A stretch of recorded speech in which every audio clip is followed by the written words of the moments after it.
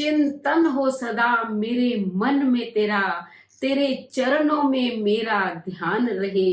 मैं सुख में रहूं या दुख में रहूं, होठों पे सदा तेरा नाम रहे। तो नमस्कार मेरे प्यारे प्यारे बच्चों, आप सबका हार्दिक हार्दिक स्वागत, अभिनंदन। बेटा, इस कलयुग के अंदर क्या है, हमारे बच्चे हमारी भारतीय संस्कृति को भूलते जा रहे हैं। वो उपवास क्या होता है, ये एकादशी का व्रत लोग क्यों करते हैं, क्या भूखे रहने से परमात्मा मिल जाता है, अच्छे कर्म करने चाहिए, अनेकों प्रश्न जो है उनके दिमाग में गूंजते रहते हैं। तो आज मैं आपको उपवास एकादशी की उत्पत्ति और उस दिन भोजन क्यों नहीं करना चाहिए, इस पर कुछ बातें बताना चाहती हूँ। तो बेटा, उपवास का पहले क्या अर्थ है? उपवास मतलब पास, यानी कि नजदीक। देखो, 5 हमारी ज्ञानेंद्रियां हैं और 5 हमारी कर्म इंद्रियां हैं। तो उपवास का मतलब है कि कर्म इंद्रियों, ज्ञान इंद्रियों और 11वां क्या है, हमारा मन।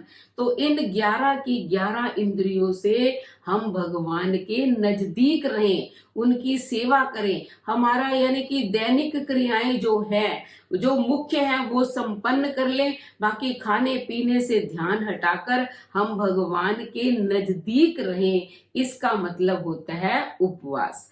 अब एकादशी की उत्पत्ति क्यों हुई और एकादशी ही क्यों करनी चाहिए, एकादशी में ही उपवास क्यों करना चाहिए?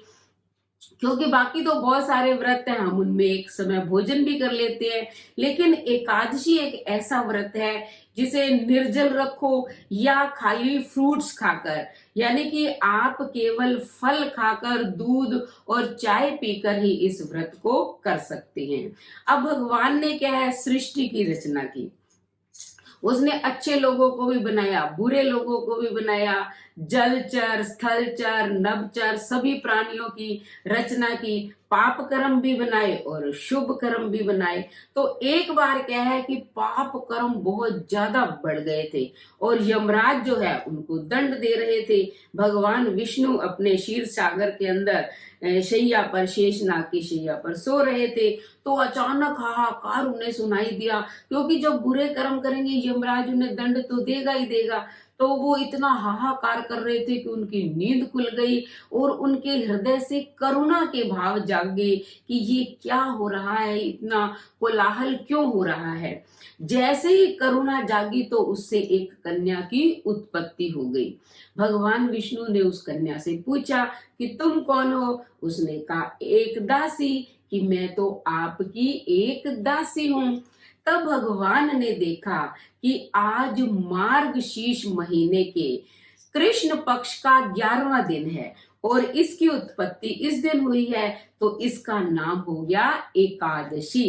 एक दासी से क्या हो गया, एकादशी, जो कि मेरे हृदय की करुणा से उत्पन्न हुई है, इसलिए मुझे बहुत प्रिय है। और जो लोग इस दिन व्रत करेंगे तो उनके सभी पाप कर्म नष्ट हो जाएंगे। तो आप देखो, प्राचीन काल के अंदर जो है सहस्त्रों अश्वमेध यज्ञ करते थे, इतने ब्राह्मणों को लोग खाना खिलाते थे, इतना दान पुण्य। कलयुग में तो अब इतना है ही नहीं। तब भगवान विष्णु ने कहा कि जो भी एकादशी का व्रत करेंगे तो उनके सभी पाप कर्म नष्ट हो जाएंगे।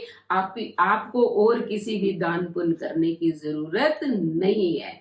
लेकिन इस दिन जो है केवल आपने फल खाने हैं, क्योंकि फलों में सात्विक भावनाएं होती हैं, वो प्राकृतिक चीजें हैं। जो हम अनाज बनाते हैं इनमें से बहुत सारी दूषित चीजें भी आ जाती हैं।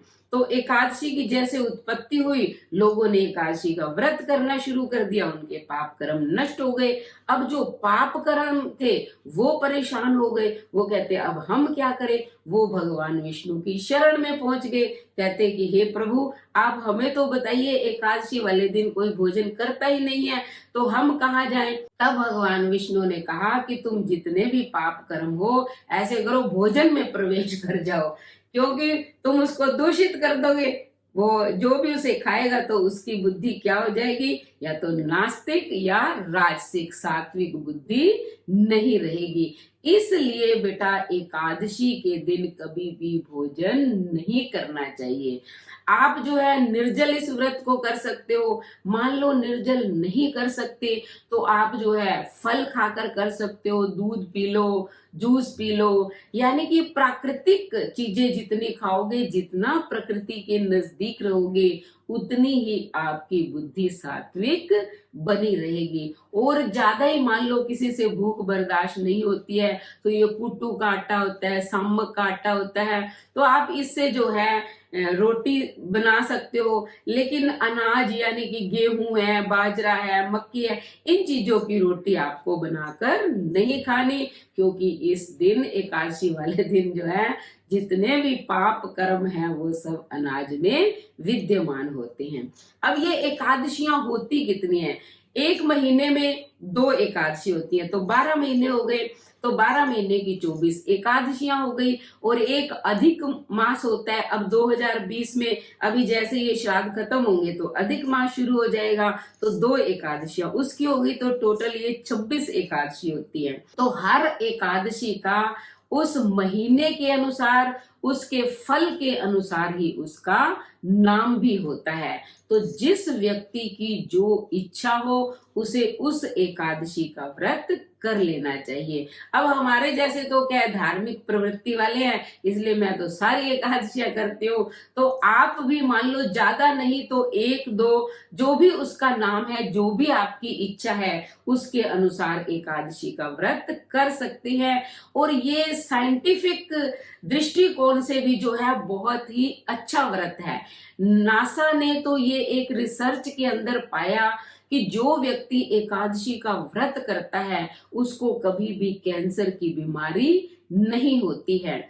आप देखो ये कम से कम भी 36 घंटे का व्रत हो जाता है। पहले दिन आपको एक समय भोजन करना है, मान लो एक समय भोजन नहीं कर सकते तो आप रात को जल्दी भोजन कर लो 7-8 बजे के करीब, तो पूरी रात आपने कुछ नहीं खाया, अगले दिन आपने फलाहार किया और फिर एकादशी की रात भी कुछ नहीं खाया, तो टोटल 36 घंटे तो हो ही गई। अगले दिन द्वादशी वाले दिन आपने पारण करना है, कुछ खाना है, तो इतनी देर जब यानी कि नास्तिकता से पूर्ण भोजन शरीर को नहीं मिलता है, तब जो है हमारा ये पाचन संस्थान जो है वो भी अच्छे रूप से दोबारा कार्य करने लग जाता है। दिन रात भोजन करने से पाचन संस्थान कमजोर हो जाता है।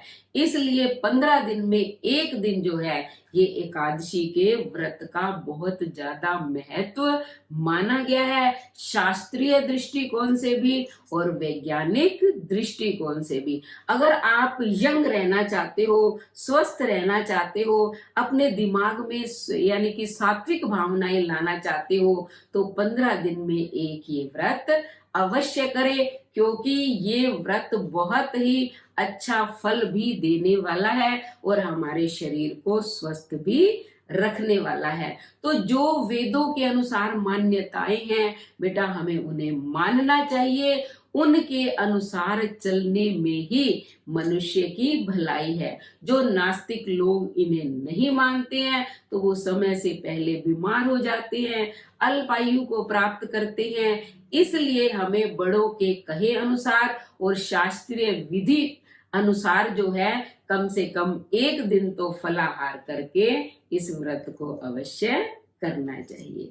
तो धन्यवाद। अगर आपको ये वीडियो अच्छी लगी तो फटाफट चैनल को सब्सक्राइब करें, लाइक और शेयर करें, कमेंट करें और बेल आइकन के बटन को दबाएं ताकि अगली इसी तरह की वीडियो का नोटिफिकेशन सबसे पहले आपको मिले।